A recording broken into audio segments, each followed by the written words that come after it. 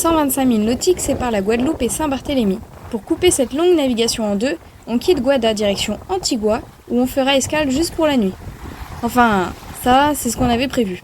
La mer est visiblement déchaînée à Saint-Barthélemy, alors on reste à Antigua presque une semaine. On lève l'ancre un dimanche soir et on hisse les voiles direction nord-ouest où, on l'espère, nous trouverons du travail pour les quelques mois à venir. Car en effet, l'heure est grave les amis. La caisse de bord est vide et Milo a besoin de croquettes. Bonjour toi. Ça va? Bien dormi? Je crois qu'on est à Saint-Barth. Je crois qu'on est à Saint-Barth. Il y a un bateau là et c'est un immeuble. Milo? Coucou mon chat. On est à Saint-Barthélemy nous. Tu vas pouvoir te trouver un petit travail? Ramener un peu d'argent à la maison? Hop là! Welcome to Saint-Barth. Ça y est, on est ancré. Il y a quand même 12 mètres de profondeur. Donc on vient de balancer 50 mètres de notre nouvelle chaîne achetée en Guadeloupe. Et ce qui est cool, c'est que ici il y a les copains Yola et juste devant copain Suzanne. Donc Suzanne c'est nos amis de La Rochelle et Yola c'est les anciens propriétaires du Silbo. Nos grands copains de navigation sont tous ici. Donc là on est face à Gustavia, donc la ville principale on va dire. Et puis c'est là qu'on va aller à terre, se déclarer, chercher du travail. Puis demain c'est carnaval, donc on va faire la fête. Et il y a énormément de yachts, de riches, enfin des trucs énormes. Voilà, sur son bâbord il a un toboggan le gars, normal. On s'en doutait, hein, on en a vu, ils ont 3 jet skis à l'arrière, plusieurs annexes de différentes tailles. Des annexes d'ailleurs qui sont parfois à peu près grandes comme notre Mélodie. Il y a des employés qui jouent avec les enfants ou les chiens des propriétaires. On a vu qu'ils jouaient au tennis sur le bateau avec les enfants des proprios du bateau. Enfin voilà, c'est tout un monde qu'on ne connaît pas et qu'on ne connaîtra je pense jamais, mais qu'on va côtoyer un peu au quotidien sur le mouillage et à terre. Donc voilà.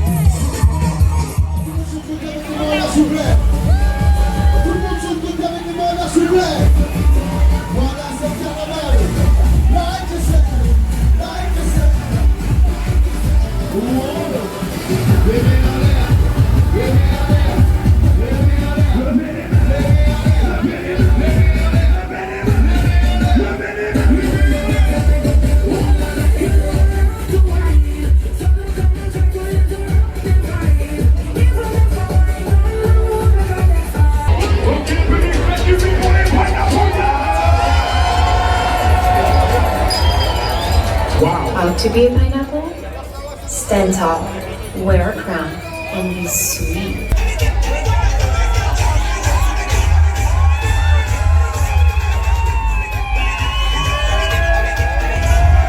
Wow, le char viking! Magnifique ça!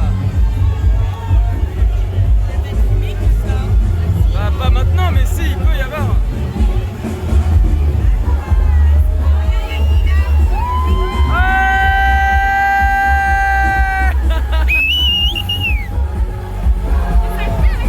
Ah ouais,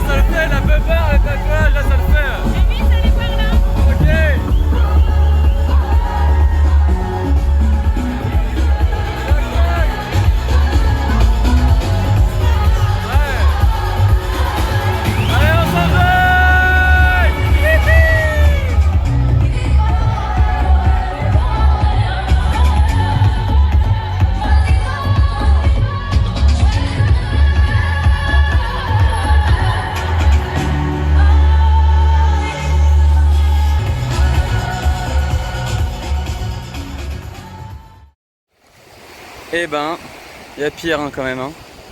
Sable blanc, une mer magnifique. Bon, je pense que c'est une plage de touristes très friqués, à mon avis. On sent qu'il y en a qui viennent sur Saint-Barth pour choper de la thune et d'autres pour en dépenser.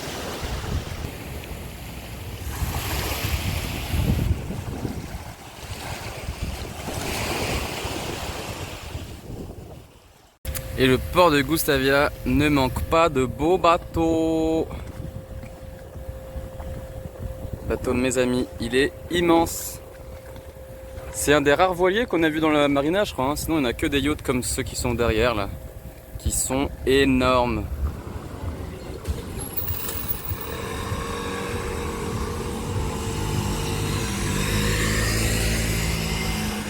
On va trouver, hein. De quoi? On m'a dit que si je passe à la rue, je trouvais du travail. J'ai rien trouvé. Tant pis. Bon ben voilà, je sors d'un entretien, ici là, tic tic tic, à Super U. Ça fait un petit moment que je cherche du travail. J'ai postulé suite à des annonces dans le News, le magazine de Lille, pour bosser dans une boulangerie, une entreprise de fret, pour quoi d'autre, être femme de chambre. Et puis bah là, c'était pour travailler à Super U, soit en mise en rayon, soit en tant que hôtesse de caisse. Et voilà. Et j'aurai une réponse demain. J'espère, parce que tous ceux qui m'ont dit ça jusque-là, ça fait une semaine que j'attends leurs nouvelles. Hein. Je suis de retour à l'aéroport quelques jours plus tard, avec des sapes un peu différentes. Et cette fois-ci pour un entretien d'embauche. Donc j'espère que ça va bien se passer. Je vais postuler pour être agent polyvalent à l'aéroport. Donc voilà, je ne sais pas exactement quoi ça correspond, mais ça sera pour moi. Les amis, maintenant on va parler d'argent et des moyens de financer notre voyage. Nous sommes partis de La Rochelle avec toutes nos économies il y a presque 2 ans, direction sud, toujours plus au sud. On a passé l'Espagne, le Portugal, les archipels de Madère, des Canaries et du Cap-Vert, d'où l'on a filé plein ouest, direction la Guyane française. À partir de là, on fait cap au nord et on découvre plein d'îles magnifiques jusqu'à ce qu'on arrive en Martinique, une île française idéale pour travailler. En revanche, pour travailler en Martinique ou en Guadeloupe légalement, il faut importer officiellement ton bateau, c'est-à-dire payer un octroi de mer et donc un certain pourcentage de sa valeur aux douanes. En 2 mois, nous avons réuni environ 4 000 €. Et à présent, on est à Saint-Barth dans l'espoir de mettre un peu plus d'argent de côté afin de repartir en voyage. Bon, finalement, Super U m'a rappelé. Et du coup, là, je rembauche. J'ai fait ma première semaine, ça se passe super bien. J'ai un contrat jusqu'au 15 juin, donc ça fait 3 mois. 3 mois tout pile. Et je travaille en caisse. Et ma foi, ça se passe super bien. Mes collègues sont super cool. J'aime bien. Bon, allez, on m'attend. Ciao! Yes, j'ai été pris à l'aéroport, je suis agent polyvalent d'aéroport pendant 3 mois. Donc mon travail consiste à accueillir et faire le check-in, donc l'enregistrement des passagers. Donc ils sont 8 à bord de ce genre de petit appareil. Je charge et décharge les avions, donc je sais pas combien de valises je porte par jour, mais un sacré paquet quand même. Et l'autre mission également, c'est d'aller dans les villas, les hôtels, en camion pour récupérer bagages, passeports, etc. Voilà, pour que les touristes qui prennent ce service, donc les plus friqués, puissent arriver à l'aéroport 10-15 minutes d'avance et pas 1 heure, 1 heure et demie, 2 heures comme les autres, quoi. Donc voilà, c'est un taf plutôt chouette. Je suis sur le tarmac, je sais pas, les 3/4 de la journée. L'avantage de travailler ici, c'est que c'est un port franc, donc sans octroi de mer, et que le salaire est plus élevé. Exemple, 40 heures semaine dans la restauration en Martinique, je touchais environ 1 300 €. Ici, pour le même job, c'est plutôt 1 800 € et sans compter les pourboires. Et en ce moment, à l'aéroport, je touche environ 2 100 € par mois. L'inconvénient, c'est qu'ici, la vie est chère, très chère. Le logement, la location de voiture, les courses alimentaires, tout est plus cher. Je reviens des courses, donc des œufs, concombres, salade, un peu de fromage, yaourt, chocolat, du sucre pour les petits ponches, quelques bières et pas mal de fruits et légumes. Et j'en ai eu pour 132 €. Donc 132 €, c'est un peu moins cher que ce qu'on fait quand on fait les grosses courses avec plein de conserves, plein de flottes et plein de machins. Donc là, juste pour, on va dire, les 10 jours à venir, ça fait quand même particulièrement cher. 3 mangues, ça coûte 10 €. Les Granny Smith, j'en ai pris 4, ça m'a coûté à peu près 6 euros, un truc comme ça. Les oignons, ça coûtait 6 euros le kilo, je crois, et l'ail, 10 euros le kilo. Donc l'ail, j'ai pas pris. Donc je pense que ça va être notre quotidien maintenant. Des courses chères pour pas tant de choses que ça. Voilà. La plupart des produits ici sont plus chers qu'en Martinique et bien sûr qu'en métropole où c'est un peu moins cher qu'en Martinique. Mais bizarrement, il y a des trucs, mais pas beaucoup, hein, qui sont un peu moins chers.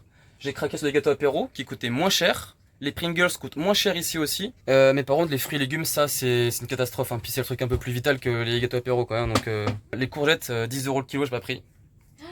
Ouais, 10 euros le kilo. Donc, va falloir en prendre une fois sur deux des courgettes. Ouais. Bon, c'était le petit point course un peu cher et beaucoup d'Américains, beaucoup de gens qui parlent anglais, qui s'en fichent des prix et rien de pas les prix. Ils prennent des haricots verts, une petite barquette de 10 euros, ils prennent, ils en ont rien à faire. Bon voilà, bon bref. Parmi les marins rencontrés, certains attendent la retraite avant de hisser les voiles. L'avantage, c'est que tu as un revenu fixe, donc peu de surprises. L'inconvénient, bah t'attends d'être à la retraite pour partir quoi. D'autres avaient un job digital avant de partir et ont simplement continué leur activité tout au long du périple, ou alors ils se sont reconvertis au numérique. L'avantage, si c'était déjà ton travail avant de partir, c'est que tu le conserves, tu le fais évoluer, toi avec, tu bosseras probablement moins et tu gagneras moins, mais tu bosseras selon tes besoins. L'inconvénient, c'est le temps passé à travailler quotidiennement, alors que tu es en voyage. Il te faut de l'espace, une connexion internet suffisante, et prendre en compte les décalages horaires, probablement. Et c'est pas forcément évident de se déconnecter du voyage pour aller se connecter au taf, quoi. Certains peuvent bénéficier du chômage et donc bénéficier d'un revenu pendant un certain temps. C'est un peu de la triche, mais c'est pratique. Là, comme pour la retraite, tu sais que tu as une certaine somme qui tombe tous les mois, donc une certaine tranquillité d'esprit. L'inconvénient, c'est que ce chômage, tu l'auras pas indéfiniment. Et t'es pas non plus à l'abri que ton conseiller t'appelle et t'impose un rendez-vous mercredi à 9h30 à l'agence. Une autre option, c'est de bosser de temps en temps, quand l'occasion se présente ou quand on a besoin. C'est ce qu'on fait actuellement. Au début, on avait encore nos économies. On a aussi eu la chance d'avoir des dons de nos proches. Mais arrivé aux Antilles, il fallait vraiment qu'on se mette à travailler. Alors on vise les îles françaises et on postule un peu partout. Certains peuvent aussi proposer leurs services selon leurs compétences, comme du bricolage, des réparations, de la couture, et tout ça en échange d'une petite somme d'argent. Après, tout dépend de vos besoins financiers, de votre temps, de vos savoir-faire. Bien sûr, il y a d'autres manières de gagner de l'argent tout en voyageant. De manière légale. De manière légale, c'est vrai. Par exemple, nous, ça nous rapporte rien, mais certains gagnent de l'argent en faisant des vidéos YouTube. Et vous trouverez certainement d'autres idées vous-même ou en faisant des rencontres comme on l'a fait. La petite tatane. Non, et puis c'est sûr que c'est dur à entendre pour les anciens, tu vois. Qu'est-ce que tu fais À côté, t'as envie de dire quoi tu veux que je fasse comme ça, que je me fasse baiser 40 ans de ma vie Exactement. Parce que là, on était au téléphone il y a 2 semaines. Il me fait ah bah t'as Filou regardé le de l'État. Filou essaie de comprendre la gamelle de Milo. Pour avoir une retraite de l'État. Sur les photos même en famille, c'est genre il y a mon père et moi. Il y a Milo derrière. Et même là-dessus, il fait quoi des petits trucs de Ah, Milo là. Oh, il est dur celui-là. Ça bouge. Ça bouge.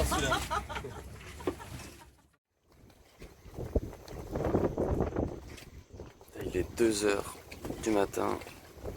Ça fait exactement une semaine qu'on est ici au mouillage de Gustavia à Saint-Barthélemy. J'ai fait aucune nuit complète, du moins. On a fait des mouillages rouleurs, hein, mais des fois on a un mouillage rouleur, on sait qu'on y reste une semaine, 4 jours. Donc on prend notre mal en patience quoi. Mais là on va rester 4 mois ici quoi. C'est déprimant. Bon allez, je vais essayer de me recoucher. Coucou Milo. La petite patoule là. C'est un bon coussin la petite queue.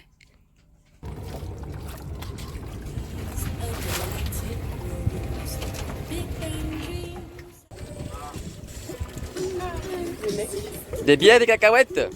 Bière, cacahuètes, copains et petit chat. Ça va Georgie? Petit Georgie, t'es minuscule toi. Hein. Montre aux gens comme t'es plus beau. Tu es magnifique.